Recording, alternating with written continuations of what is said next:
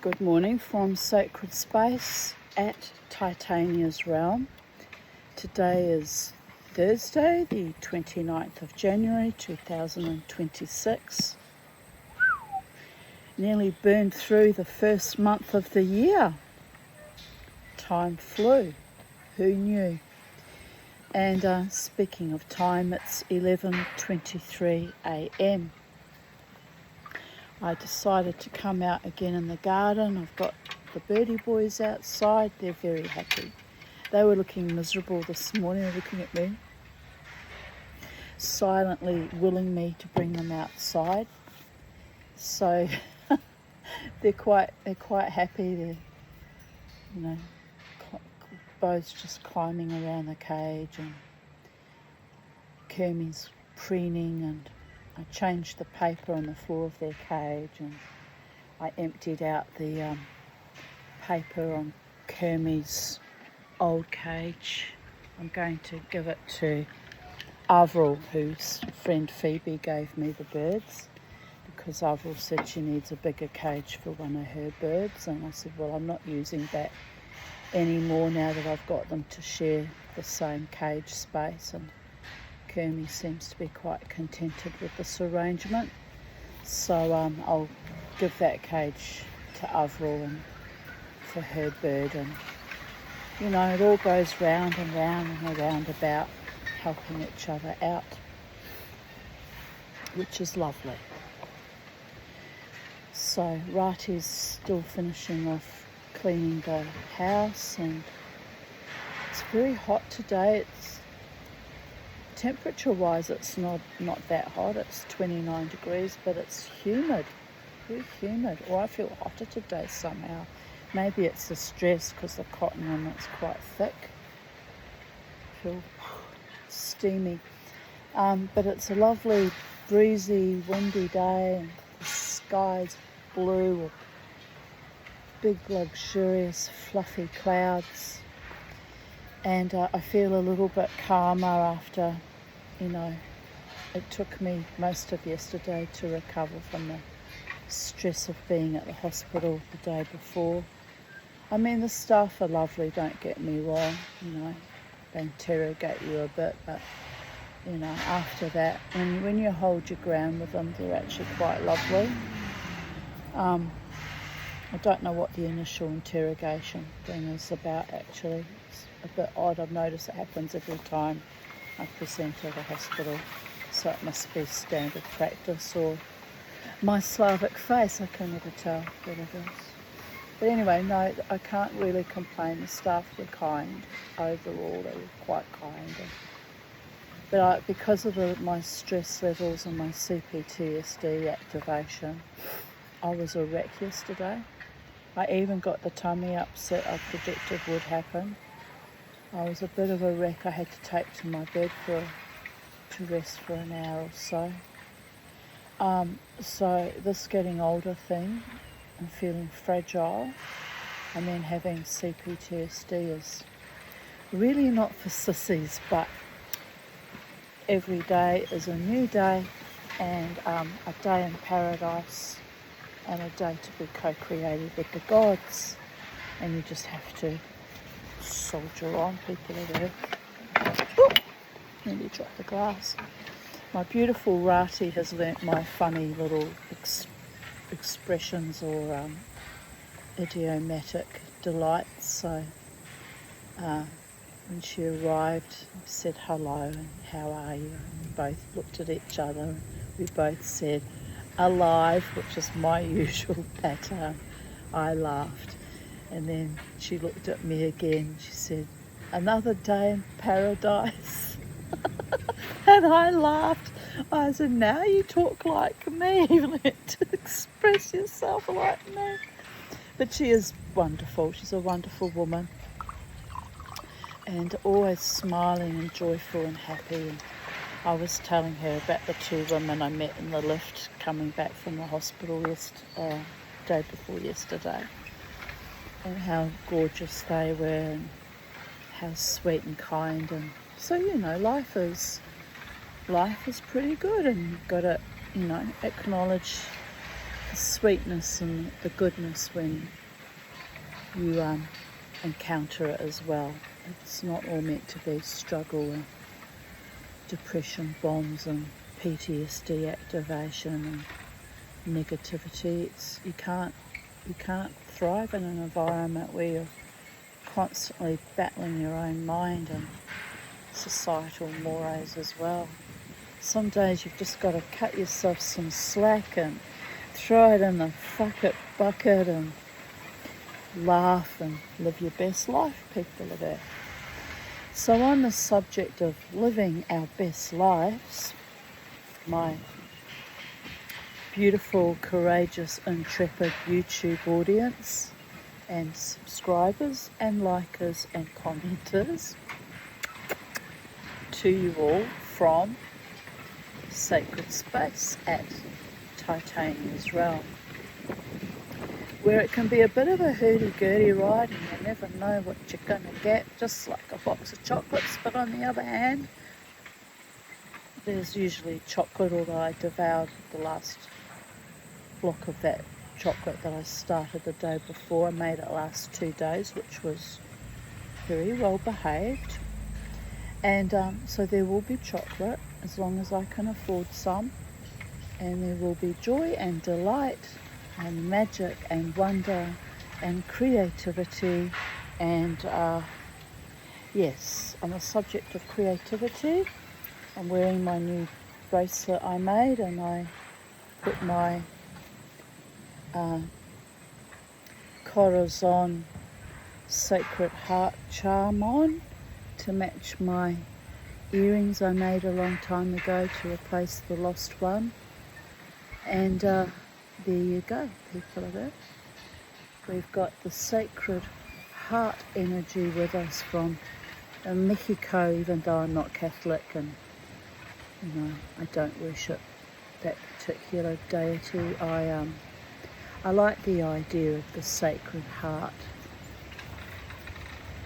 emblazoned in its own glory and triumph and sending love out into the world. We all need that, don't we? We all need love out in the world, and walking with our gods of our own understanding, those of you that believe in God and gods, and those of you who are scientific rationalists and atheists, you, my friends, will have to continue believing in yourself, which ultimately is the same thing.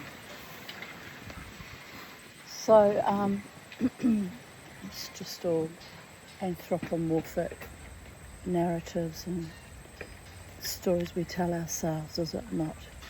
Sometimes, every now and then, even the atheists get slammed with something supernatural and they just sits them back on their tuchus. That's all I have to say about that.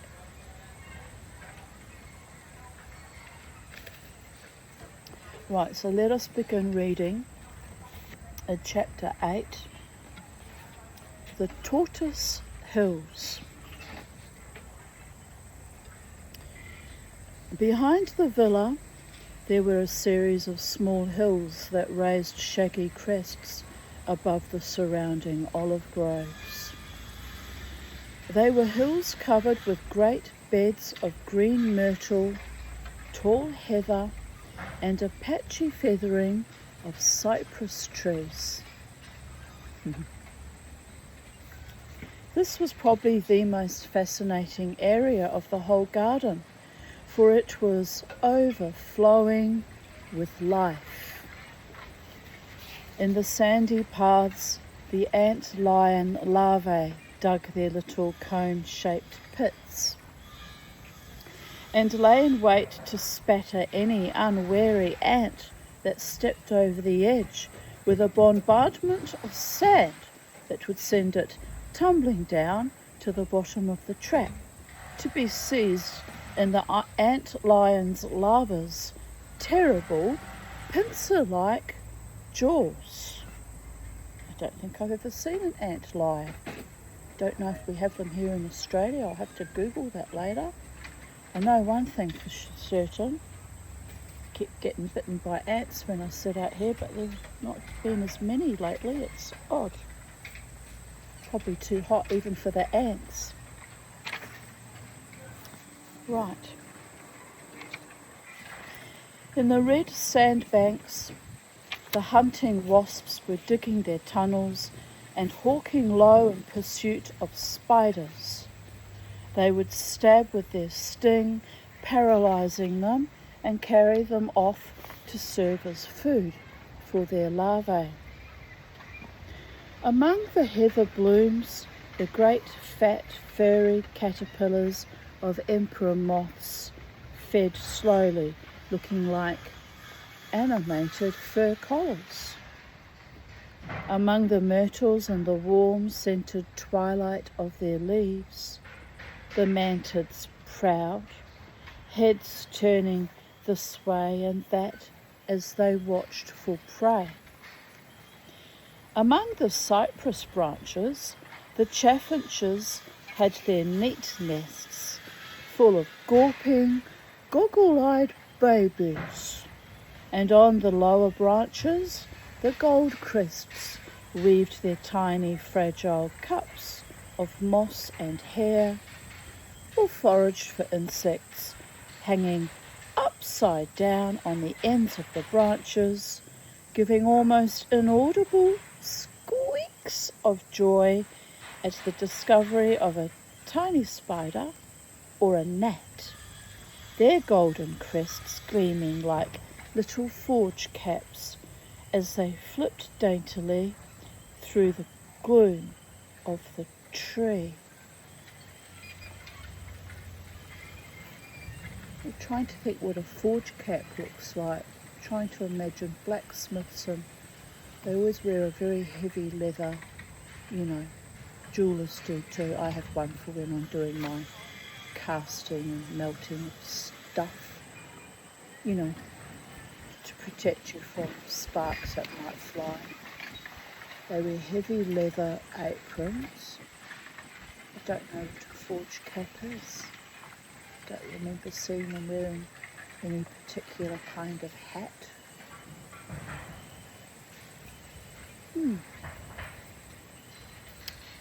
Something else I'll have to Google later, people of Earth.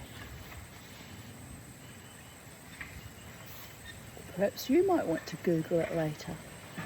Or I'll Google it and post it under this video if I remember. Sometimes I forget.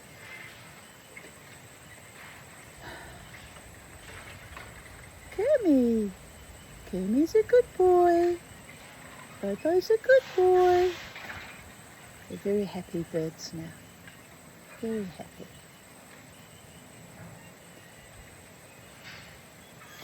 It was not long after we arrived at the villa that I discovered these hills really belonged to the tortoises. One hot afternoon, Roger and I were concealed behind a bush, waiting patiently for a large swallow-tailed butterfly to return to its favourite sunning patch so that we might capture it. I really kind of need to trim their nails. That's not going to be good, people of Earth. Needs doing though. He's looking at me like, just you dare, Mama too. Just you dare. I guess they're not too bad. I'll have to keep an eye on it. It was the first really hot day we had had that year. And everything seemed to be lying drugged and asleep, soaking up the sun. The swallowtail was in no hurry. He was down by the olive groves doing a ballet dance by himself, twisting and diving, pirouetting in the sun. As we watched him, I saw from the corner of my eye a faint movement at one side of the bush we were sheltering behind. I glanced quickly to see what it was, but the brown earth was sun-drenched and empty of life. I was just about to turn my attention to the butterfly again when I saw something that I could hardly believe. The patch of earth I had been looking at suddenly heaved upwards, as though pushed by a hand from beneath. The soil cracked, and a tiny seedling waved about wildly before its pale roots gave way, and it fell on its side. What, I wondered, could be the cause of the sudden eruption? An earthquake? Surely not so small and confined. A mole? Not in such dry and waterless terrain. As I was speculating, the earth gave another heave. Clods of it cracked off and rolled away, and I was looking at a brown and yellow shell. More earth was swept out of the way as the shell bucked upwards, and then, slowly and cautiously, a wrinkled, scaly head appeared out of the hole, and a long, skinny neck, which I can't have a claim to fame on that one, since I've got a short, fat neck sporting a double chin. What can I say? Hobbitses. Never mind.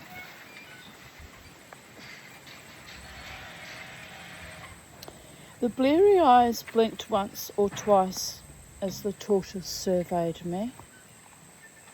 Then, deciding I must be harmless, he hoisted himself with infinite care and effort out of his earthy cell, walked 2 or 3 steps, and sank down in the sunshine, drowsing gently.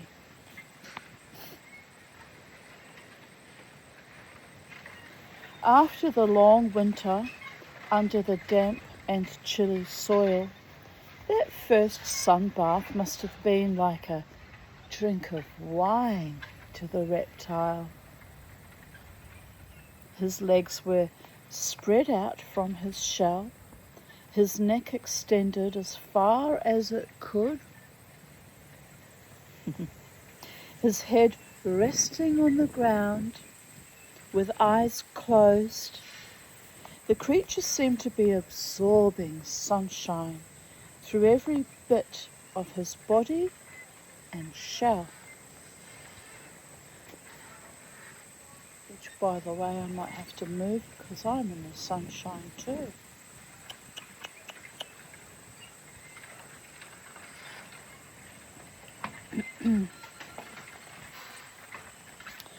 He remained lying there for about 10 minutes, and then he rose, slowly and deliberately, and rolled off down the path to where a patch of dandelion and clover spread in the shade of a cypress. Here his legs seemed to give way, and he collapsed onto the bottom of his shell with a thump. Then his head appeared from his shell, bent slowly down towards the rich green pile of the clover patch. His mouth opened wide. There was a moment's suspense, and then his mouth closed round the succulent leaves. His head jerked back to tear them off, and he sat there munching happily, his mouth stained with the first food of the year. This must have been the first tortoise of spring, and if his appearance from the subterranean dormitory were a signal, and as if His appearance from the subterranean dormitory were a signal. The hills suddenly became covered with tortoises. I have never seen so many congregated in so small an area. Big ones the size of a soup plate, and little ones the size of a cup. Chocolate-coloured great-grandfathers and pale horn-coloured youngsters, all lumbering heavily along the sandy paths in and out of the heather and myrtles, occasionally descending to the olive groves where the vegetation was more succulent. Sitting in one spot for an hour or so, you could count as many as 10 tortoises pass you, and on one afternoon, as an experiment, I collected 35 specimens in 2 hours, just walking about the hillside and picking them up as they wandered about with an air of preoccupied determination, their club feet thumping on the ground. No sooner had the shelled owners of the hills appeared from their winter quarters and had their first meal than the males became romantically inclined. Yeah, baby tortoises. As stalking along on tiptoe, I threw that bit in, just so. But you knew that. Stalking along on tiptoe with stumbling rapidity, their necks stretched out to the fullest extent. They would set out in search of a mate, pausing now and then to give a strange, yawping cry, the passionate love song of a male tortoise. What's your passionate love song, Kermie? Says, don't know, no females around. Nothing to impress me much, Mama T. I'm sorry, it's a bit of a lonely bachelor life for you two boys, isn't it? I don't think they mind all that much. Charlie used to get quite amorous with me when I thought she was a boy. She was a very amorous bird. She loved me. No one will ever love me as much as Charlie did, and Beauregard, and the cats. I miss them all. The females, ambling heavily through the heather and pausing now and then for a snack, would answer in an offhand manner. 2 or 3 males travelling at what for a tortoise was a gallop would generally converge on the same female. It's annoying when that happens, honestly. A feast or a famine, people are there.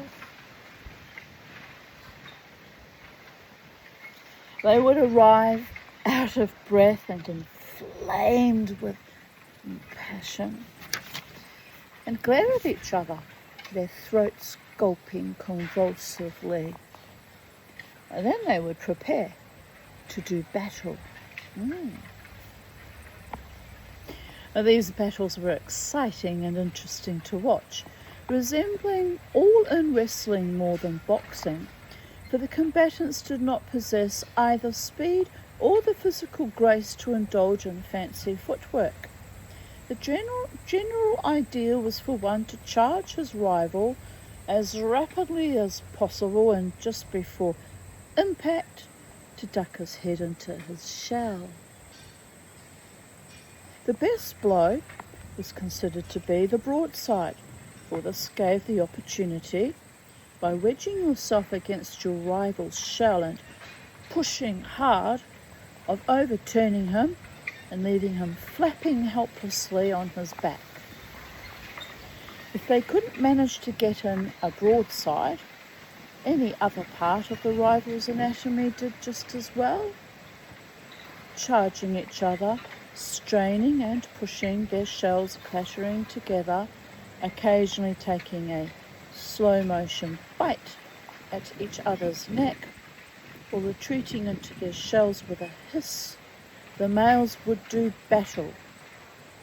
Meanwhile, the object of their frenzy would amble slowly onwards, pausing now and then for a bite to eat, apparently unconcerned by the scraping and cracking of shells behind her.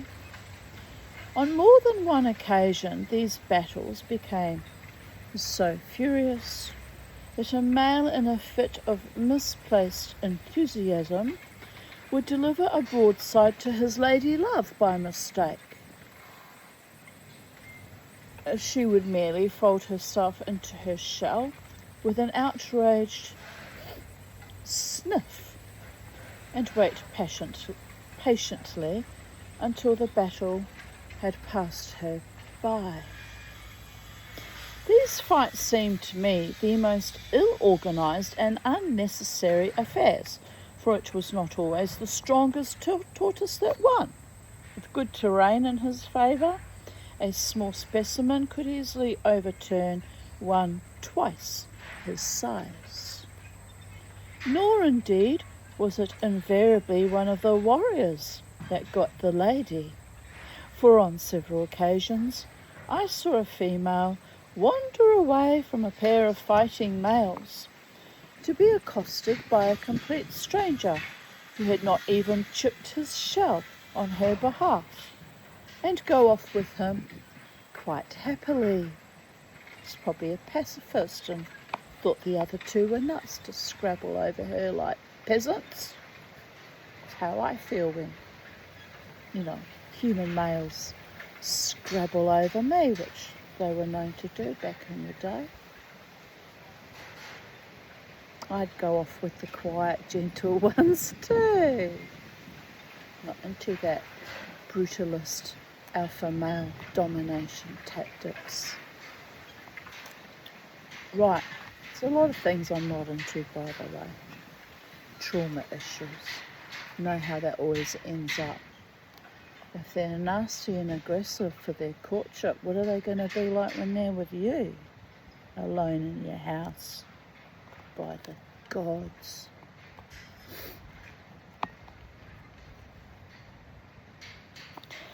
Roger and I would squat by the hour in the heather, watching the tortoise knights in their ill-fitting armour, jousting for the ladies, and the contests never failed to entertain us.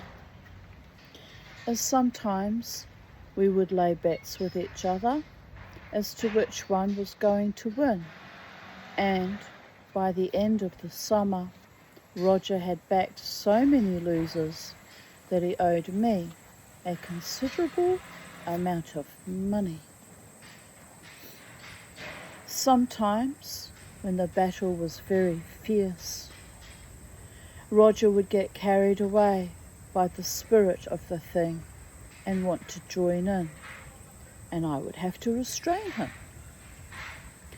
When the lady had eventually made her choice, we would follow the happy couple on their honeymoon among the myrtles, and even watch, discreetly hidden behind the bushes, the final acts in the romantic drama.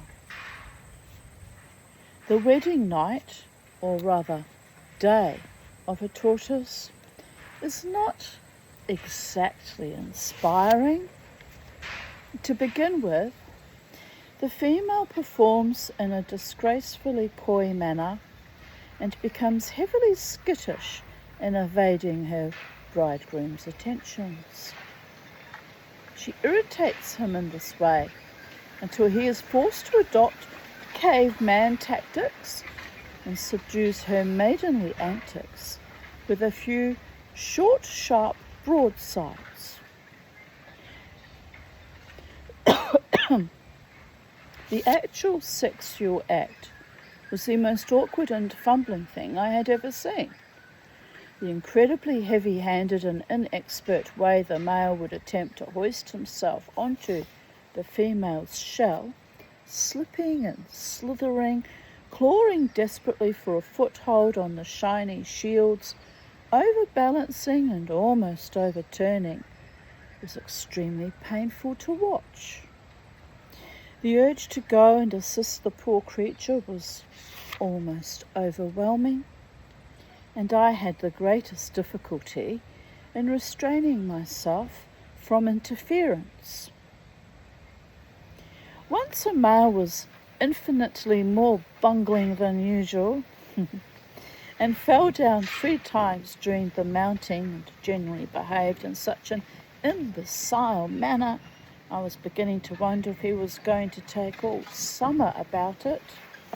At last, more by luck than skill, he hoisted himself up, and I was heaving a sigh of relief when the female, obviously bored by the husband's inadequacy, moved a few steps towards a dandelion leaf. Yeah, they listen. They enjoy it. I think it's just the sound of my voice, so they don't know what the words mean.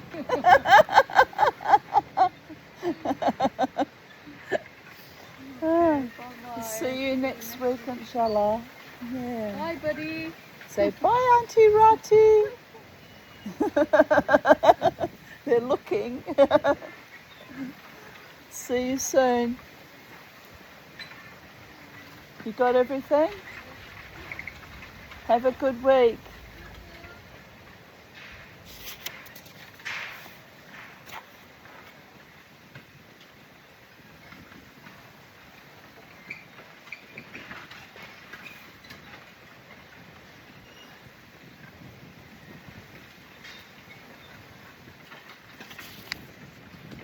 Her husband clawed wildly at her moving shell and could get no foothold. He slipped off, teetered for a minute, and then rolled, ignominiously over onto his back.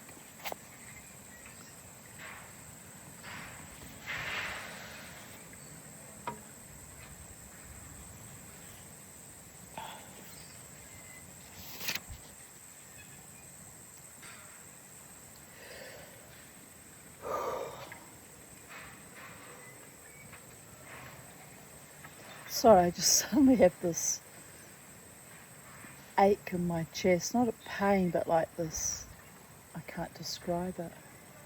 Like I just, for a moment, just didn't want to even breathe in. Not painful, just it's a weird sensation. I've been getting that a lot lately. I don't know what that's about. Probably anxiety. It is what it is. It just feels like I had to wait to breathe. It's a bit odd. My breathing's been a bit odd for the last couple of weeks actually. I don't know what that's about. I'm not worried about it. Like I'm not sick or anything. My asthma's not bad or anything. Just this weird kind of pressure or intensity. Anyway, there's nothing wrong with me per se. Sometimes I wonder if it's spiritual too.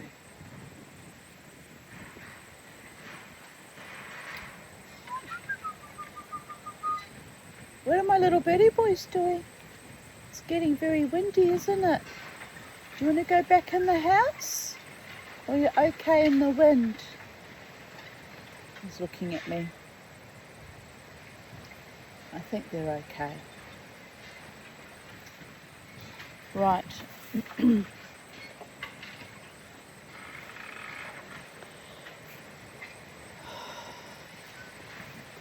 This final blow seemed to be too much for him because instead of trying to right himself, he simply folded himself up in his shell and lay there mournfully.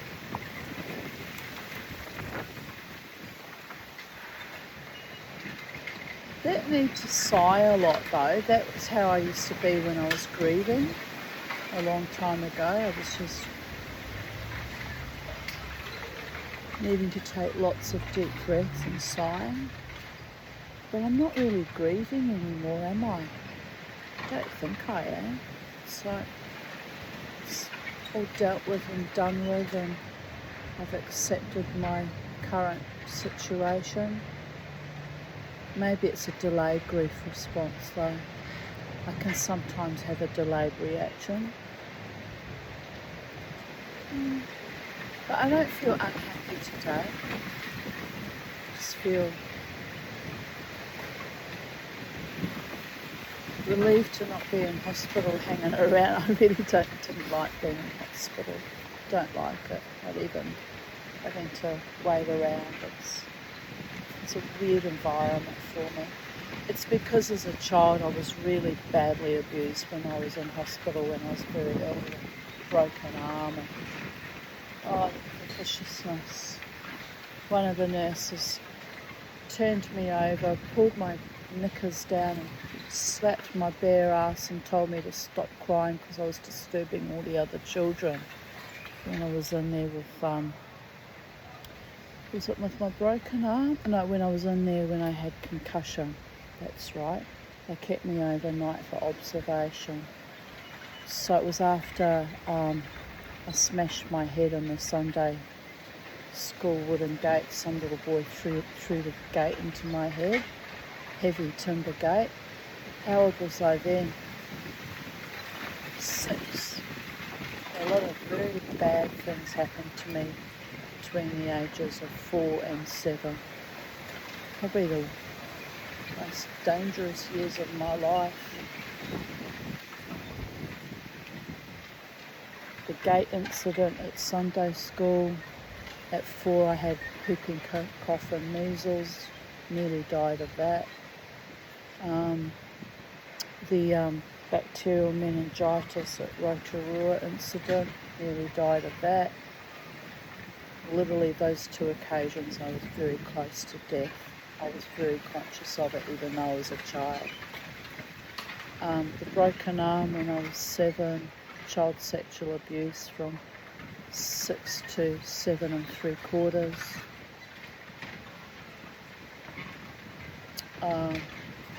What else happened?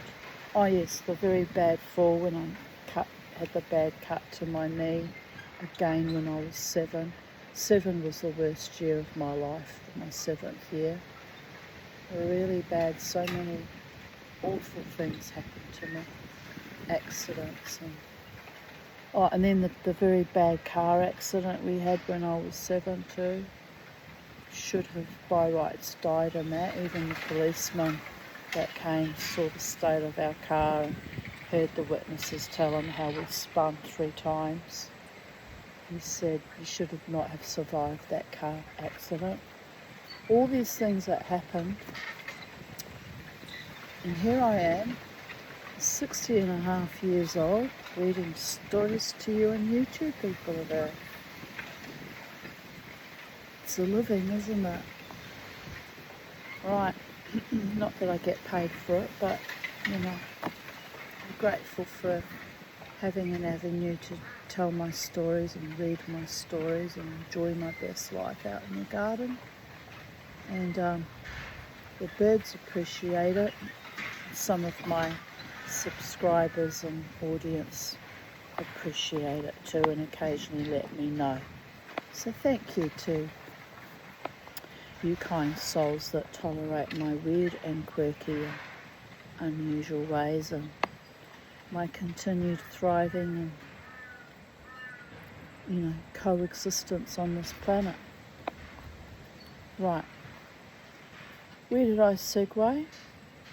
Meanwhile, the female ate the dandelion leaf. At last, since his passion seemed to have died, I rolled the male over, and after a minute or two, he wandered off, peering about him in a dazed fashion, and ignoring his erstwhile bride, who regarded him unemotionally, her mouth full of food.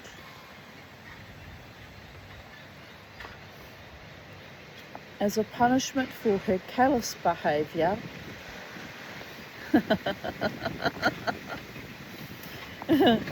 I carried her up to the most barren and desiccated part of the hillside and left her there so that she would have an extremely long walk to the nearest clover patch. Oh, that's a bit mean, isn't it?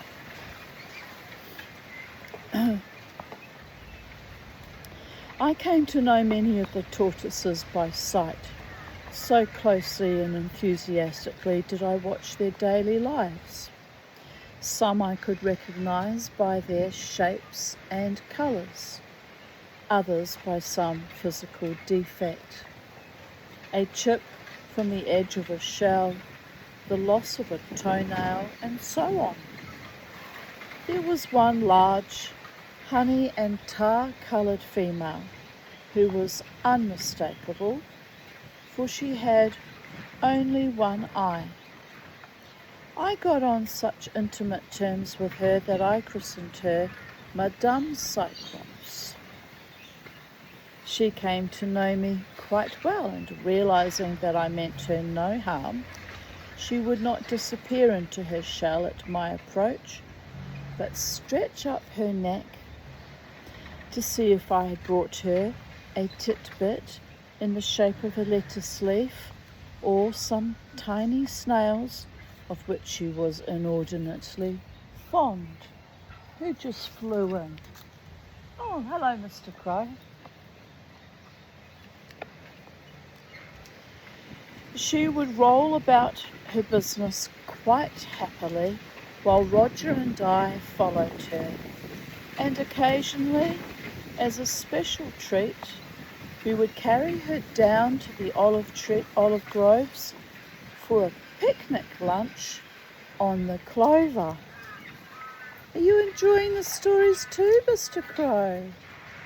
Yes, Mama T.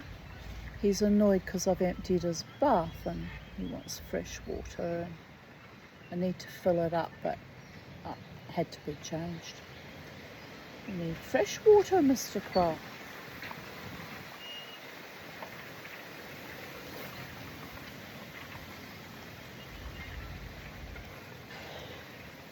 To my infinite regret, I was not present at her wedding, but I was lucky enough to witness the outcome of the honeymoon. Baby, baby, baby tortoises. I found her one day busily engaged in digging a hole in the soft soil at the base of a bank.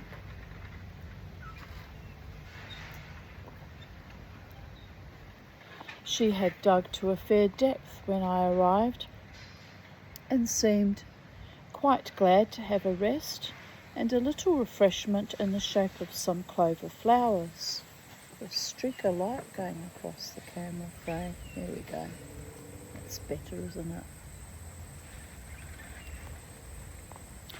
Then she set to work once more, scraping the earth out with her forefeet and barging it to one side with her shell.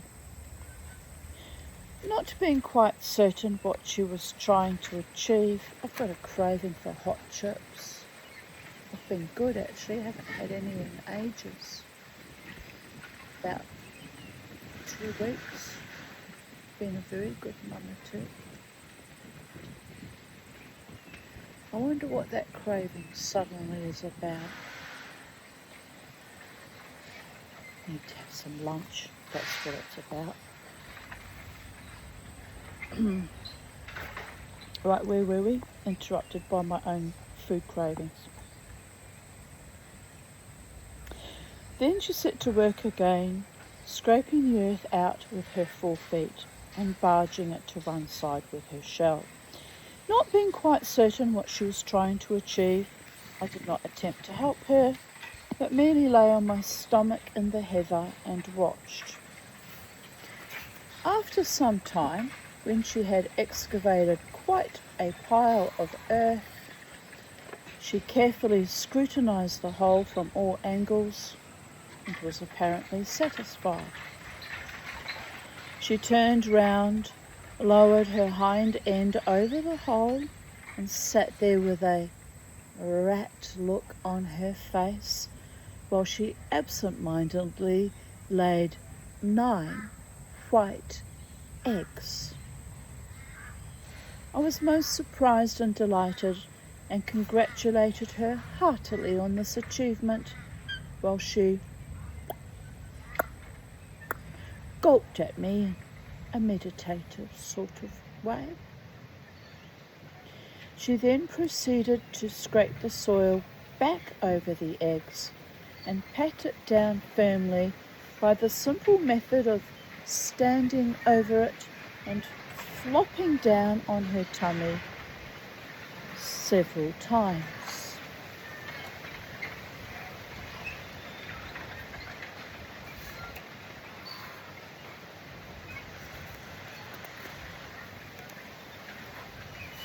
This task accomplished, she had a rest and accepted the remains of the clover blooms.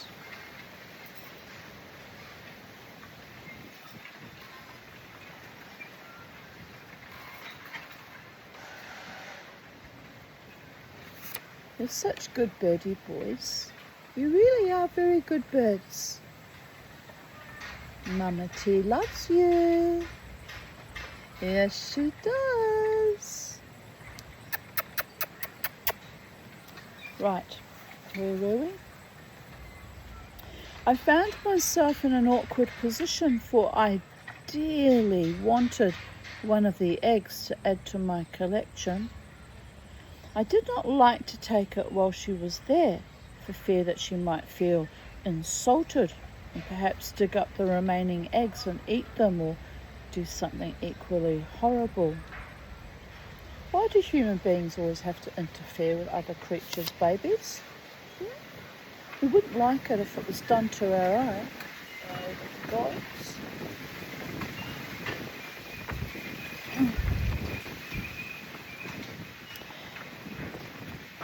So I had to sit and wait patiently while she finished her snack, had a short doze, and then ambled off among the bushes. I followed her for some distance to make sure she did not turn back, and then hurried to the nest and carefully unearthed one of the eggs. It was about the size of a pigeon's, oval in shape and with a rough, chalky shell. I patted the earth back over the nest so that she would never know it had been disturbed, and carried my trophy triumphantly back to the villa. I blew the sticky yolk out of it with great care and enshrined the shell among my natural history collection in a small glass-topped box of its own. The label, which was a nice blend of scientific and sentimental, read, "Egg of Greek tortoise, Testuda Greca, laid by Madame Cyclops." You forgot to put the date. The date is very important too. I mean, if you're going to be scientific people there, that's why I always tell you the date and the time. It's irrelevant in the broad scheme of things, but one likes to know when one presented oneself for perpetuity, or the posterity I will never live to see, which grinds my gears. But other people's children, adult children, might come to my channel and hear these stories, so it is in a way for posterity. Proof of my existence, proof of your existence in our ever-evolving world, reading stories throughout time, taking delight in them. Life is, after all, a long riverboat ride through time. I saw that Kermie, that wasn't very nice. I've just offered to give Avril your cage. Don't make me regret it. That's the only reason I held on to it this long, is I hesitated because of when they fight, they need separating. But I guess if he starts fighting all the time, I'll separate him by putting him back inside the house, so he'll feel punished as well. He'll get the idea. Bo's out here enjoying the garden and he's back in the house. So I'll manage it that way. But it was just a little moment of aggression, and they seem fine now.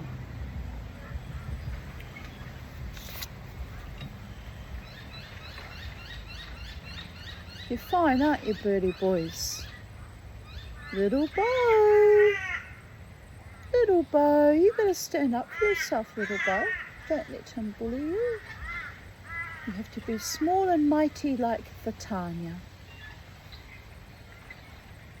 Just because we're little doesn't mean we don't know how to rule the roost if necessary. By all the gods. Yes, you need to hold your line, boy chick. Hold your line.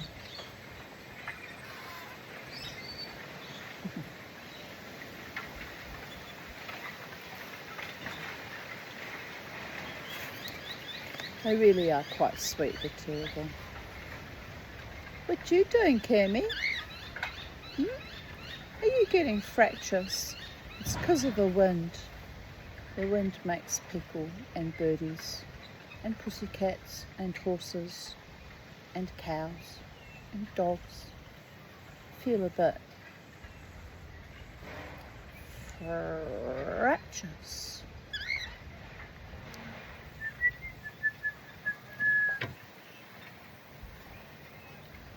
Right, let's continue with the story. How many pages have we got here? Quite a few. I'll have to crack on with it, won't I?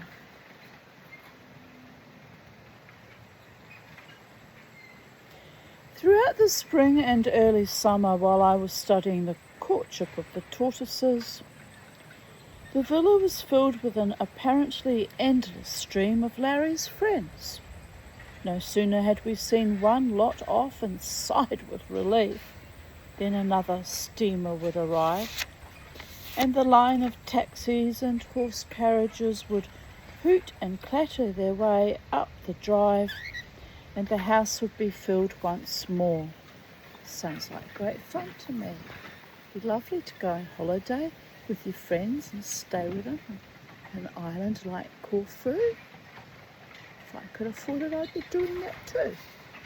I had friends that lived on an island, that is. Friends that liked me enough to accommodate me. Jesus, let's not think about that, people of Earth. Christ on a bike. Anyway,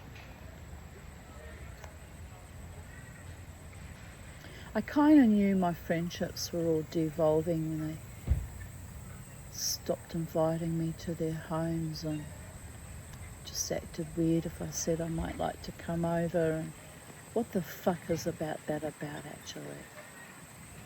Are they all brain damaged and altered, or what is it? What has happened to our fellow humanity?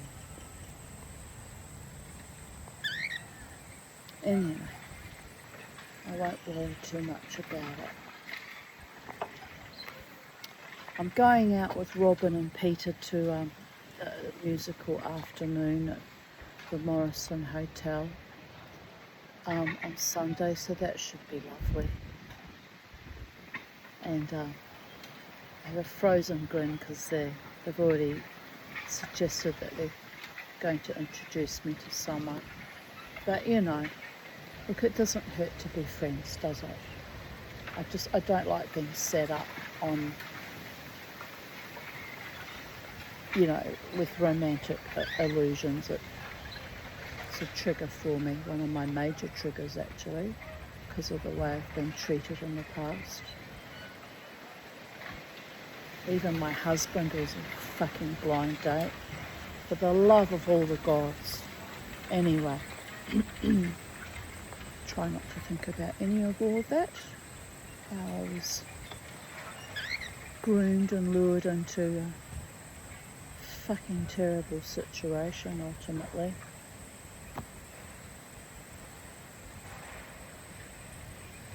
Anyway, my friends mean well because they know I struggle alone, have for 31 years, and they want to see me happy with a man who might actually be kind to me. But, you know, there's always issues when you bring other people into the mix. Anyway, I won't worry about it. It's just going to go out, have a drink and listen to some nice live music. Enjoy myself, people there. And if it's lovely, I'll bring Avril with me next time.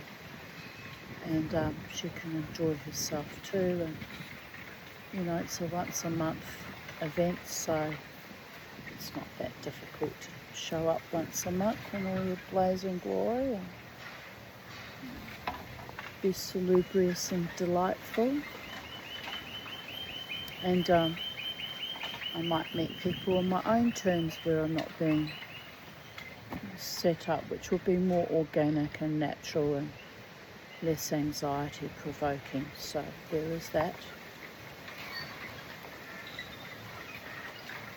Anyway, sometimes the fresh load of guests would turn up before we got rid of the previous group, and the chaos was indescribable.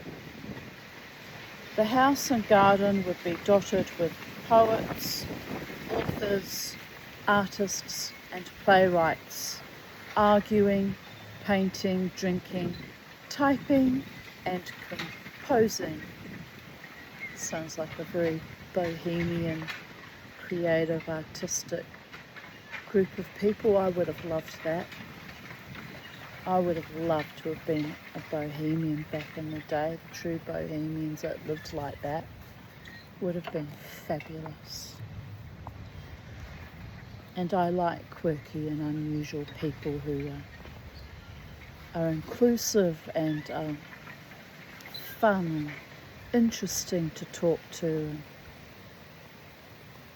you know, doing their various artistic pursuits. I really enjoy that environment. Haven't found one where I, you know, can be invited along to join in with.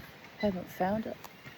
I've always been othered here in Brisbane, Australia. It's really fucking vile how I've been treated, actually. I try not to think of it because it just makes me want to curl up and die, but, you know, the vileness. But never mind. Find your vibe, find your tribe. And I did contribute to the Brisbane music scene by dancing for various bands for really in real terms about 20 years. But, you know, 14, we're into the 15th year that I danced at formerly at Irish Murphy's and at the casino, formerly also the Brooklyn Standard. I used to dance at the Elephant years ago too. A couple of times I went to the Tempo Bar to support Woody Woodman. One time Sarah and I even went to a strip club to support Woody there. But he was a bit weirded out by that, to be fair, but it was Sarah's suggestion. Where else did we dance? I danced at Sabotage. I liked that club, actually. Danced at the new version of Cloudland a couple of times. I danced at the Greaser Bar a few times. I liked it there too. That was a cool bar, actually. They took one look at me, the security. I'd never seen them before, and they just nodded, and I was welcomed and accepted there. Where else did I dance? I used to dance for Transvaal Diamond Syndicate, Christian Trihorn band. Loved dancing for them. That used to be in the Valley, that they had their little gig, had their gig there. Can't remember the name of the venue now. Forgotten it. they're starting up again. Not sure where they'll be playing next, but anyway. I removed everyone connected to the Brisbane music scene, including Christian, who hadn't done anything to me, wasn't involved in any of it really, but I thought everyone gossips, they all talk to each other, and if I'm going to be othered, I'll be othered properly, and I'll just delete everyone off my Facebook. So I did that, and don't have terrible regrets about it, except for people like Christian, who's a lovely man, and Sonia, I regret taking her off, but I thought, they don't need to be exposed to all that ugliness and then coming on my page and seeing me struggle and suffer. True friends don't treat you like that, actually, and throw them in the fuck it bucket. But there were a few people that actually weren't nasty and were kind of not really participating in that, but they got removed because they're still connected, and it's awful. It's awful way. It's awful how I've been treated, even being fucking criticised for talking about my dreams. Fuck off, seriously. And I'm well aware that some or all of them probably still come to my YouTube channel, so you know how I feel about you now, and I've got nothing to be ashamed of. The truth remains the truth, no matter how many times you cut and splice it. I've got no regrets. I contributed with my energy and my wild dancing and my friendship towards some of you for 15 fucking years, and ultimately, that was disrespected and dishonoured, and it was made abundantly clear that how little you really thought of me and that I wasn't wanted. So what do I care? Life goes on. I have my garden, I have my birdies, I have my stories, I have my joy and delight. I still have my dance in me too, so I'll be dancing on Sunday. There is that.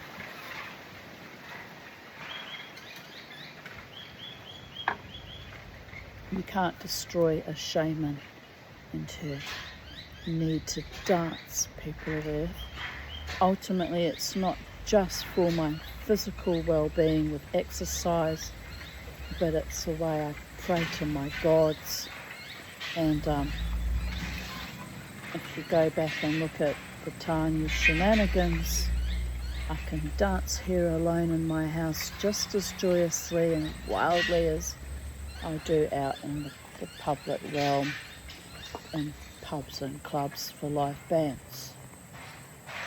So, nothing lost and nothing gained by staying true to myself and holding my line, people of Earth. Right, on that note, we continue on with the story. Far from being the ordinary, charming people that Larry had promised, they all turned out to be the most extraordinary eccentrics who were so highbrow that they had difficulty in understanding one another. Well, yes, you do get those types too. They can be irritating beyond belief, and they just think they're so superior to everyone else. My half-sister and her family are a case in point. Some of her friends were very pretentious and anti-humanist and quite unfriendly, especially towards me, the child. When I grew up, especially, they really disliked me. Do you know why they disliked me, people of Earth? Because even then I didn't give out zero fucks to people who are pretentious othering, snobbish, elitist, or vicious, condescending and brutalist. Girl, fuck off. I developed that attitude very early in life. You can guess why. And it suits me just fine, people are there. Not everyone has to like you. I get that. It's people I dislike with great passion and vigour, almost bordering on hatred. But you don't have to put up with bad behaviour either. One simply removes oneself and carries on with living one's best life, people are there.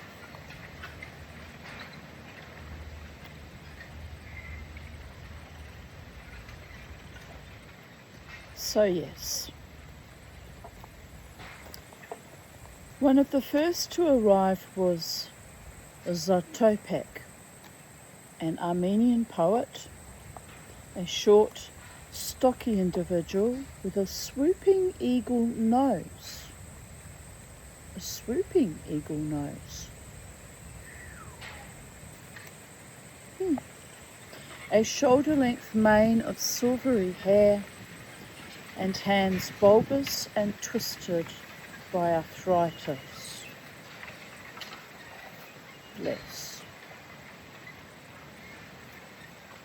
He arrived wearing an immense whirling black cloak and a broad-brimmed black hat, riding in a carriage piled high with wine. Came prepared, didn't he? His voice shook the house like a sirocco as he swept into it, his cloak rippling, his arms full of bottles. Must have been a very successful poet to afford all that wine. He scarcely stopped talking the whole time he stayed. He talked from morning till night, drinking prodigious quantities of wine, snatching 40 winks wherever he happened to be, and rarely going to bed at all. In spite of his advanced years, he had lost none of his enthusiasm for the opposite sex. And while he treated Mother and Margot with a sort of a creaking antique and courtesy, no peasant girl for miles was free from his attentions. Sounds like he needed a good king hitting. Lucky he didn't meet the mama tea, isn't he? He slapped him down with a cold spoon instantly.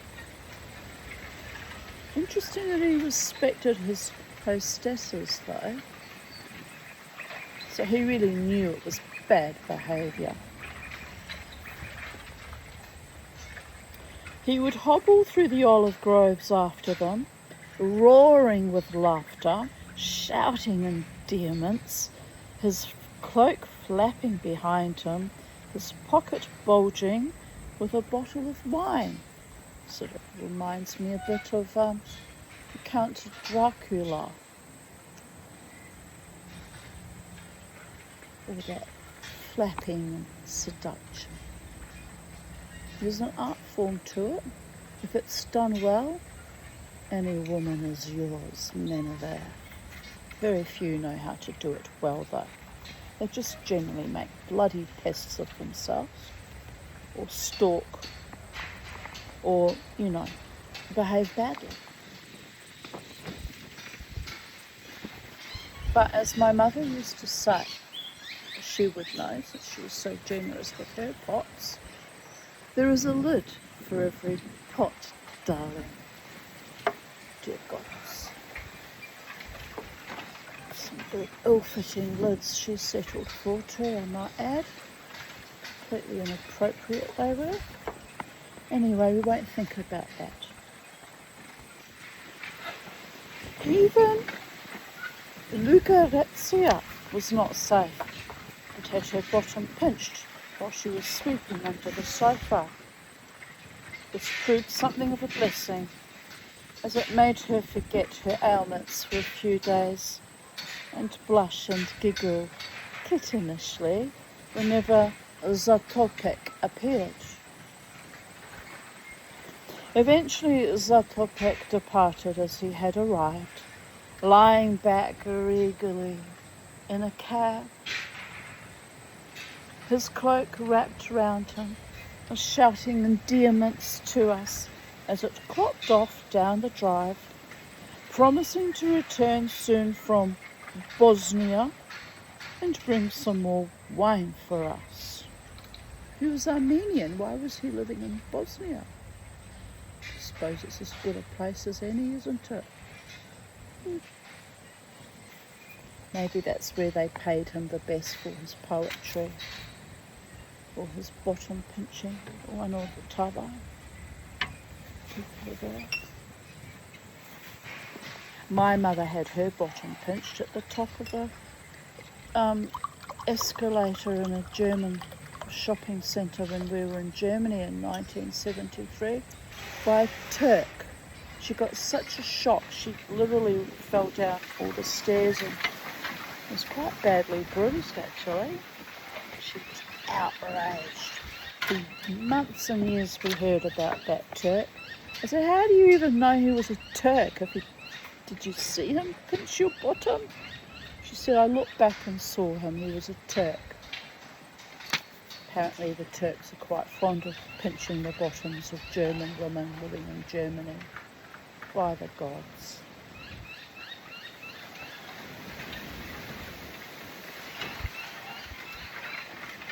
Anyway, men are men regardless of what nationality they are. People of Earth, it's just certain nationalities have certain more cultural predilections to misbehave, and becomes generally talked about that that's a particular idiosyncratic thing, a certain cultural motif. I'm putting things very delicately there because I'm not a racist, but I'm well aware of various little quirks between different European countries and other nations around the world.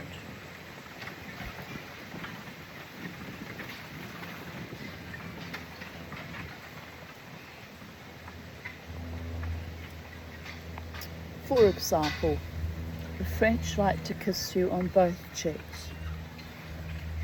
The Italian like to kiss your cheeks 3 times.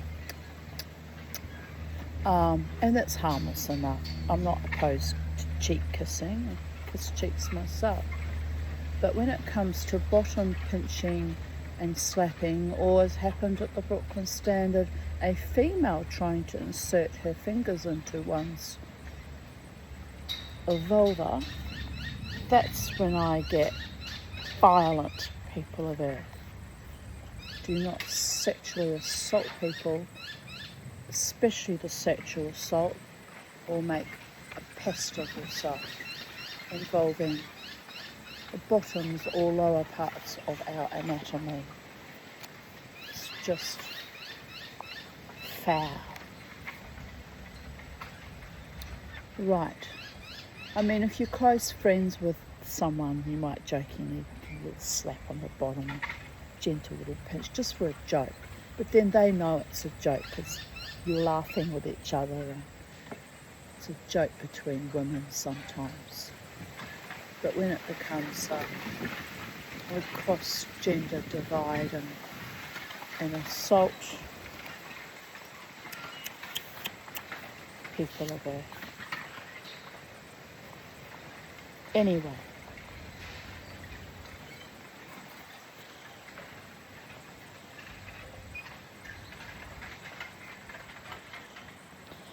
the next invasion consisted of 3 artists, Jonquil, Durant and Michael. Jonquil, which is, I must say, a very pretty name, looked and sounded like a cockney owl with a fringe. Okay. Durant was lank and mournful, and so nervous that he would almost jump out of his skin if you spoke to him suddenly. By contrast, Michael was a short, fat, somnambulistic little man who looked like a well-boiled prawn with a mop of dark, curly hair. Sounds hideous. I'm not partial to prawns. Refuse to eat any shellfish. Can't think of anything more nauseating.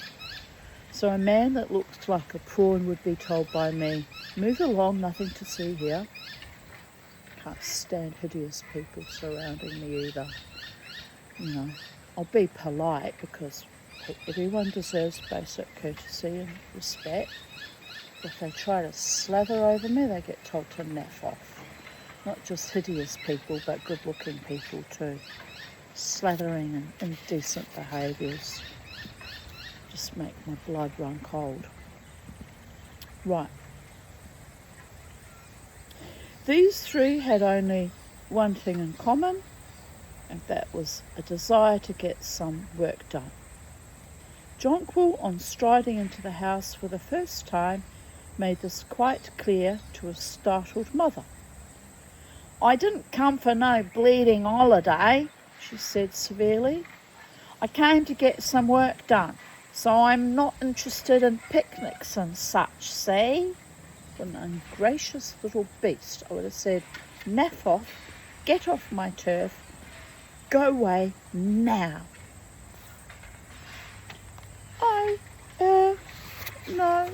No, of course not," said Mother guiltily, as though she had been planning vast banquets among the myrtle bushes for Jonquil's benefit. "Just so long as you know," said Jonquil. "I didn't want to upset nothing, see? I just want to get some work done." Right. Surely you could do that at home, though. It's very odd behaviour. Come on, a trip from East London to Corfu and lay down the law about how much work you need getting done. I bet you she didn't do any fucking work the whole entire time, too. He thinks she doth protest too much. Shall we find out? So she promptly retired to the garden, clad in a bathing costume, and just as I suspected, slept peacefully in the sun throughout her stay. Oh, bless. All that guilt and shame about her work.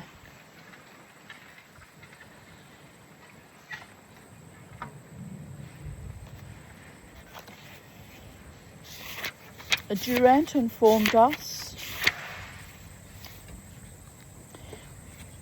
He informed us, wanted to work too, but first he had to get his nerve back. He was shattered, he told us, quite shattered by his recent experience. Apparently, while in Italy, he had suddenly been seized with the desire to paint a masterpiece. After much thought, he decided that an almond orchard in full bloom would give a certain scope to his brush. He spent considerable time and money driving around the countryside in search of the right orchard. At long last, he found the perfect one.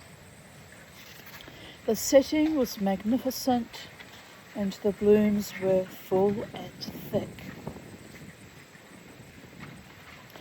Feverishly he set to work, and by the end of the first day he'd got the basis down on canvas.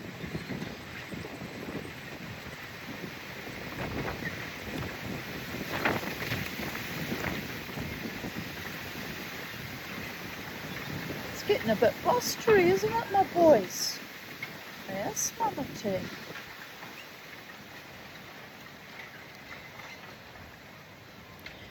Tired but satisfied, he packed up his things and returned to the village. After a good night's sleep, he awoke refreshed and invigorated and rushed back to the orchard to complete his picture. I really am getting quite hungry. 8 more pages to go. The things we do for love, the things we do for love, for the love of reading.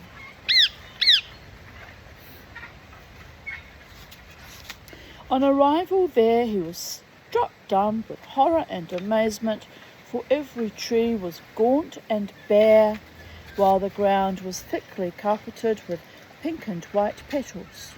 Apparently, during the night, a spring storm had playfully stripped all the orchards in the vicinity of their blossom, including Durant's special one.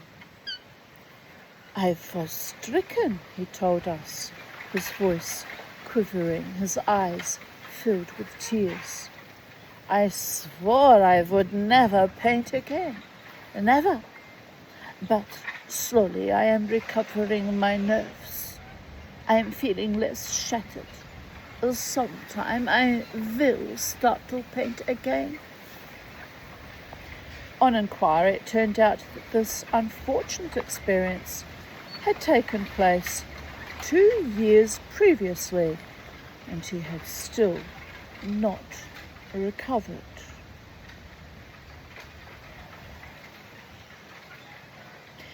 Michael got off to a bad start.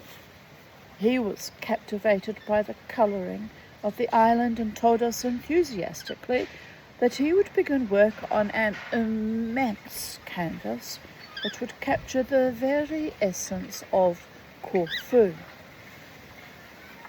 He could hardly wait to start. It was most unfortunate that he happened to be a prey to asthma. It was equally unfortunate that Lucrezia had placed on a chair in his room a blanket which I used for horse riding, there being no saddles available. In the middle of the night we were awakened by a noise that sounded like a troop of bloodhounds being slowly strangled.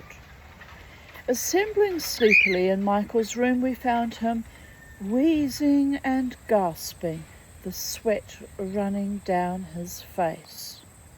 Poor man. I'm an asthmatic, so I know how that feels. While Margot rushed to make some tea, and Larry to get some brandy, Leslie opened the windows and Mother put Michael back to bed, and since he was now clammy with sweat, tenderly covered him with the horse blanket. To our surprise, in spite of all remedies, he got worse. Silly people. Have no idea about allergies, do they? While he could still speak, we questioned him interestedly about his complaint and its cause. "Psychological, purely psychological," said Larry. "What does the wheezing sound remind you of?" Michael shook his head mutely. "I thought he ought to sniff something up, something like ammonia or something," said Margot. "It's wonderful if you're going to faint." "Well, he's not going to faint," said Leslie tersely, "but he probably would if he sniffed ammonia." "Yes, dear, it is a bit strong," said Mother. "I wonder what could have brought it on. Are you allergic to something, Michael?" Between gasps, Michael informed us that he was only allergic to 3 things: the pollen of the lilac flowers, cats, and horses. We all peered out of the window, but there was not a lilac tree for miles. We searched the room, but there was no cat hidden anywhere. I indignantly denied Larry's accusation that I had smuggled a horse into the house. It was only when Michael seemed on the verge of death that we noticed the horse rug, which Mother had carefully tucked under his chin.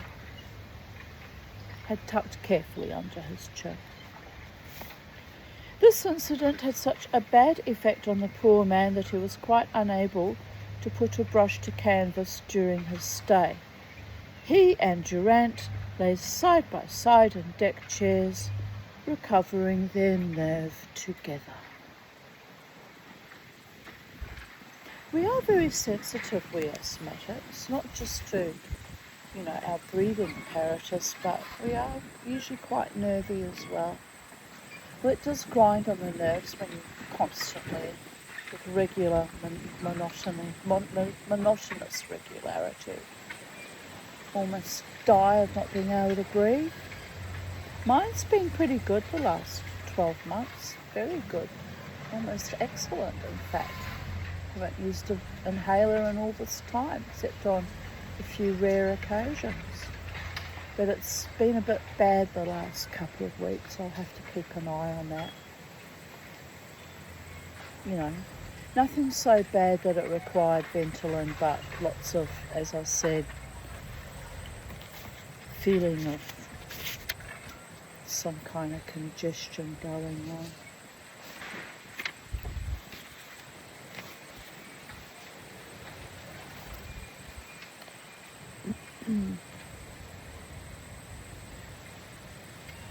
Right.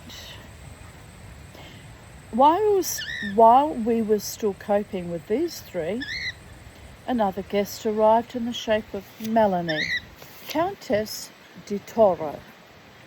She was tall, thin, with a face like an ancient horse, crow-black eyebrows, and an enormous cushion of scarlet hair on her head. She had hardly been in the house 5 minutes before she complained of the heat, and, to Mother's consternation and my delight, she caught hold of her scarlet hair and removed it, revealing a head as bald as a mushroom top. Seeing Mother's startled gaze, the Countess explained in her harsh, croaking voice, "I've just recovered from erysipelas," she said. No idea what that is. Erysipelas? Google will be our friend for that later too. She said, "Lost all my hair, couldn't find eyebrows and wig to match in Milan. Might get something in Athens." It was unfortunate that, owing to a slight impediment due to ill-fitting false teeth, the Countess was inclined to mumble, so Mother was under the impression that the disease she had just recovered from was of a much more unladylike character. Erysipelas does sound a bit like that, people of Earth. At the first available opportunity, she got Larry into a corner. "Disgusting," she said in a vibrant whisper. "Did you hear what she's had? And you call her a friend." "Friend?" said Larry in surprise. "Why, I hardly know her. Can't stand the woman. She's an interesting character and I wanted to study her at close hand." It's a bit vile, isn't it? Fighting someone to study them. Reminds me of a former friend in the band I followed. He was studying me like some kind of lab rat, thinking it was amusing to belittle and humiliate me at every turn. Nasty piece of work. Well, now it's in the lap of the gods.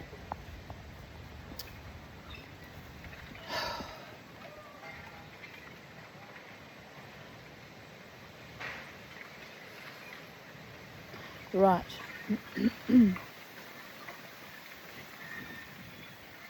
"I like that," said Mother indignantly.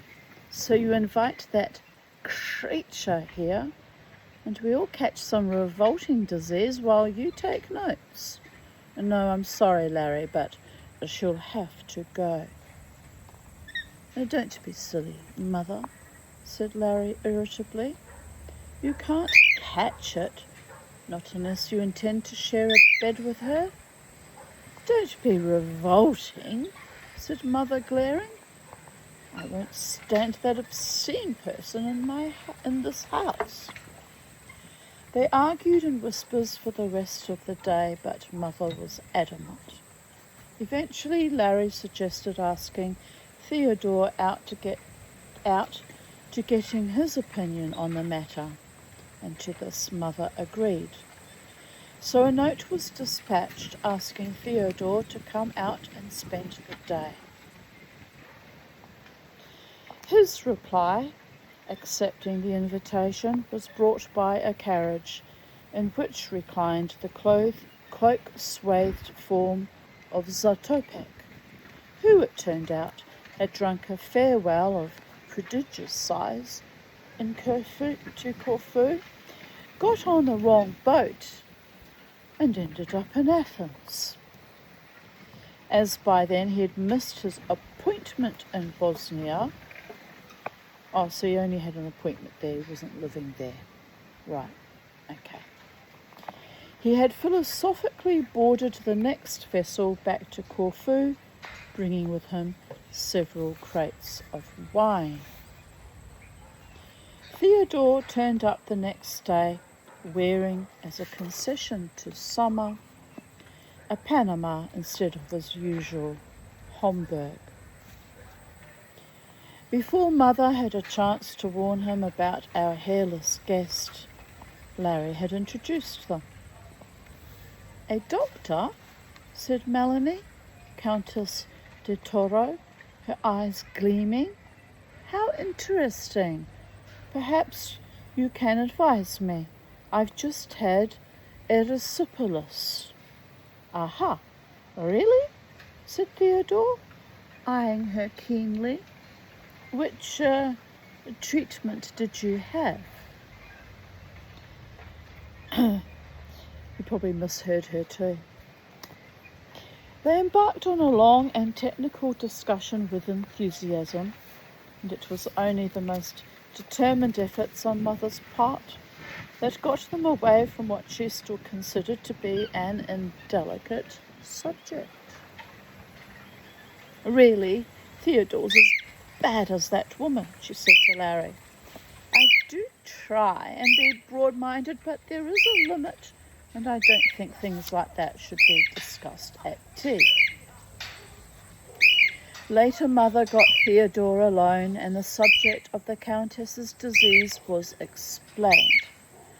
Mother was then stricken with a guilty conscience at having misjudged the woman, and was immensely affable to her for the rest of the day, even telling her to take her wig off if she felt the heat. The dinner that night was colourful and extraordinary, and I was so fascinated by the assembly of characters and the various conversations that I did not know which one to listen to with undivided attention.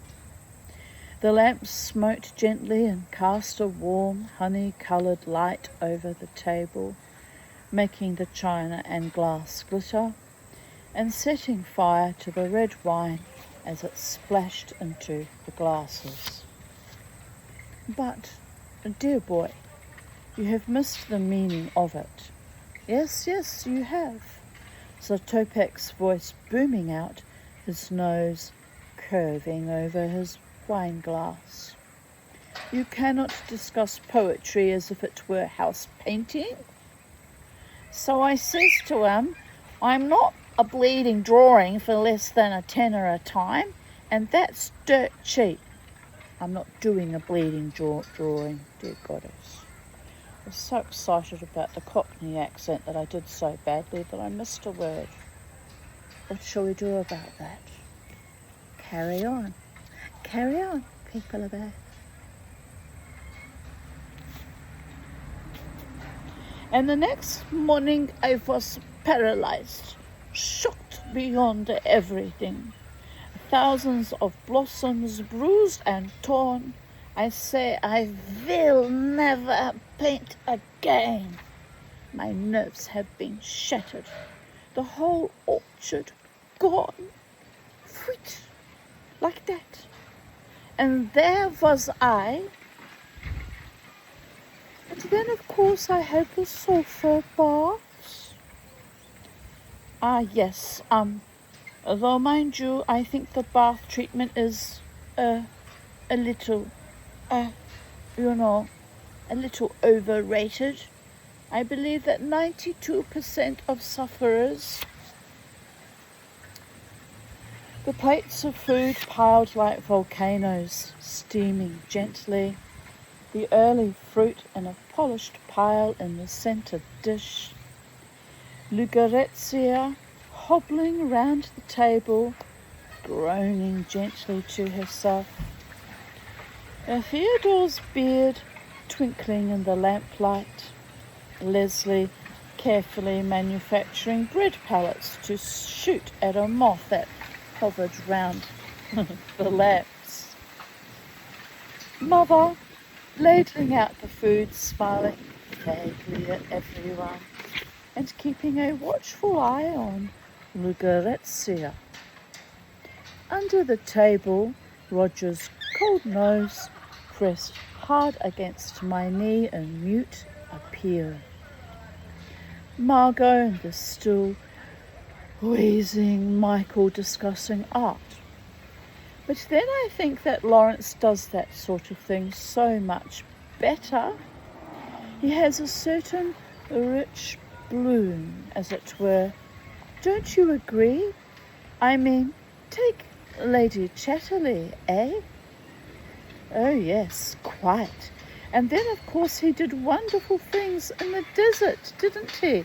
And writing that wonderful book, the 7 Pillows of Wisdom, or whatever it was called.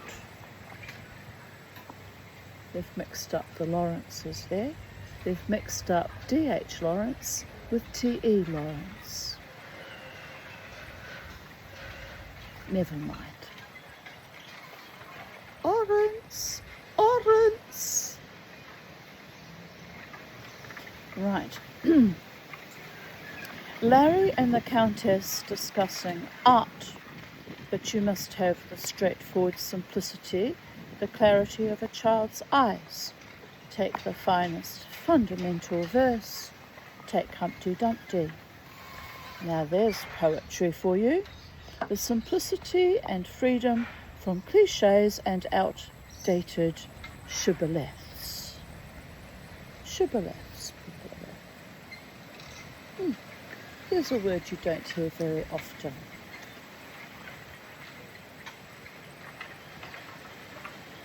Which is why I like surrounding myself sometimes with intellectuals and bohemians, because they can come out with quite astonishing and unusual and interesting idiosyncrasies and idiomatic outpourings of verbiage, depending on context, of course. And there's no finer word than shibboleth. And then it's useless prating about the simple approach to poetry if you're going to produce jingles which are about as straightforward and uncomplicated as a camel's stomach. How do you know a camel's stomach is straightforward and uncomplicated? I know cows have full stomachs. Not sure about camels though. Well, anyway, it's probably just a turn of phrase, or their attempt at being witty, one or the other. What did I say about outpourings of idiomatic creativity, etc., etc., etc.? 23 times I've seen The King and I, by the way. Might be more than that, I've lost count. 28 times I've seen The Sound of Music. Probably about 15 to 20 times I've seen Oliver. And we could go on and go on and go on. brainwashed by Hollywood, as I have been largely by musicals during my childhood. It can make me a bit whimsical at times. Right, Mother and Durant. And you can imagine the effect it had on me. I was shattered. Yes, you must have been. Such a shame after all that trouble. Will you have a little more rice? Jonquil and Theodore. And the Latvian peasants? Well, I've never seen anything like it. Yes, here in Corfu and I believe in some parts of Albania, the peasants have a very similar custom. Outside, the moon's face was peering through a filigree of vine leaves. Oh, my skin cancers on my back are really hurting, but not the ones across my shoulders. The one where the cyst was removed in the middle of my back. Sometimes that really hurts still after all this time. It's been about, what? I think that was 2022, so 3.5 years or so. I'm a sensitive, wilting little flower. I need a good, respectful, but affectionate and loving and kind cuddle. And $10 million and a house by the sea, people of Earth. None of which I'm likely to attain in the very near future, so we'll just carry on reading the story, shall we? Bit disappointing about not getting cuddles anymore, but it is what it is.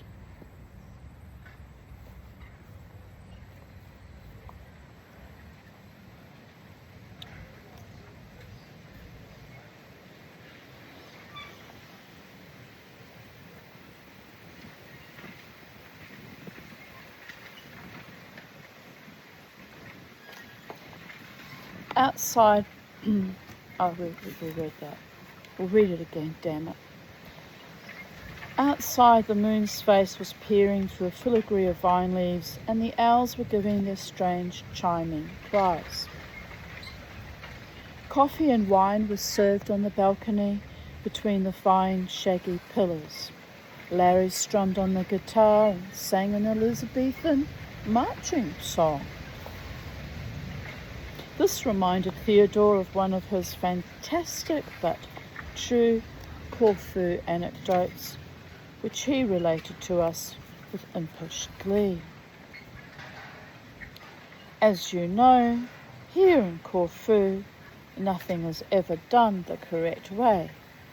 Everything starts out with the best intentions, but something always seems to go wrong. When the Greek king visited the island some years ago, the climax of his tour was to be a sort of stage show, a play. The climax of the drama was the Battle of Thermopylae, and as the curtain fell, the Greek army was supposed to drive the Persian army triumphantly into the, what do you call them? Yes, the wings. Well, it appears that the people playing the part of the Persians were a bit disgruntled at... stink bug crawling on me. Were a bit disgruntled at the thought of having to retreat in front of the king, and the fact that they had to play the part of Persians also, rankled. It only required a little incident to set things off. Unfortunately, during the battle scene, the leader of the Greek army misjudged the distance and caught the leader of the Persian army quite a heavy blow with his wooden sword. I'll have to check on the flowers if there's any on my lime tree, because the stink beetles are out in full force. And they eat all the flowers and I get no fruit, so I have to kill them. It's really quite unpleasant. More unpleasant for the stink beetles than for me, really, since the ultimate reward is death, but there is that. This, of course, was an accident. I mean to say, the poor fellow didn't mean to do it, but nevertheless it was sufficient to inflame the Persian army to such an extent that instead of retreating, they advanced. The centre of the stage became a milling mob of helmeted soldiers locked in mortal combat. 2 of them were thrown into the orchestra pit before someone had the sense to lower the curtain.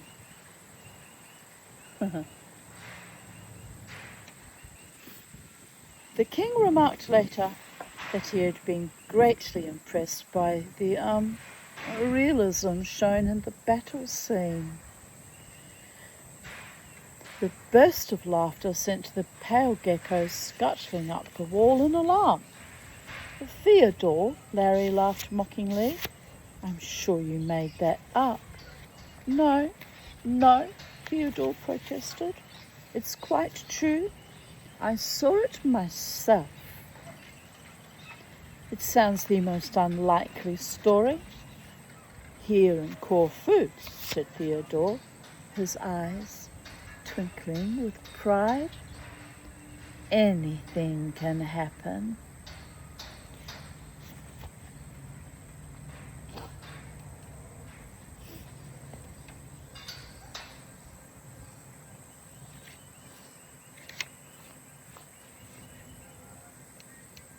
So itchy today.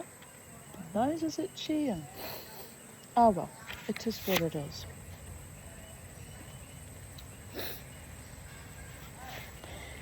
The sea, striped with moonlight, gleamed through the olives. Down by the well, the tree frogs croaked excitedly to each other. 2 owls were having a contest in the tree below the veranda. In the grapevine above our heads, the geckos crept along the gnarled branches, eagerly watching the drifts of insects that were drawn like a tide by the lamplight.